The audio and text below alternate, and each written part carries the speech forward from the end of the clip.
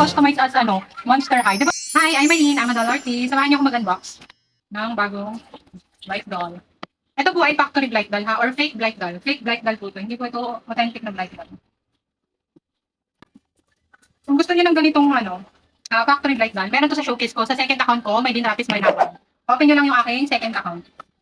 Nasa aking showcase. Wow! Wow! Colorful hair.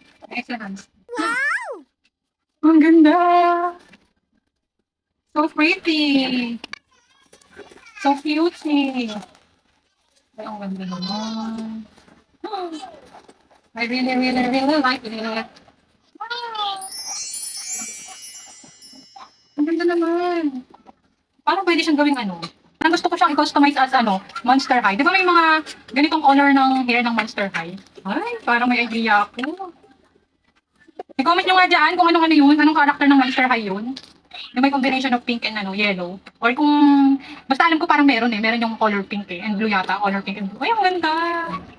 At tingnan natin yung eyes. Nagtitiyan siyang eyes nito. Wow!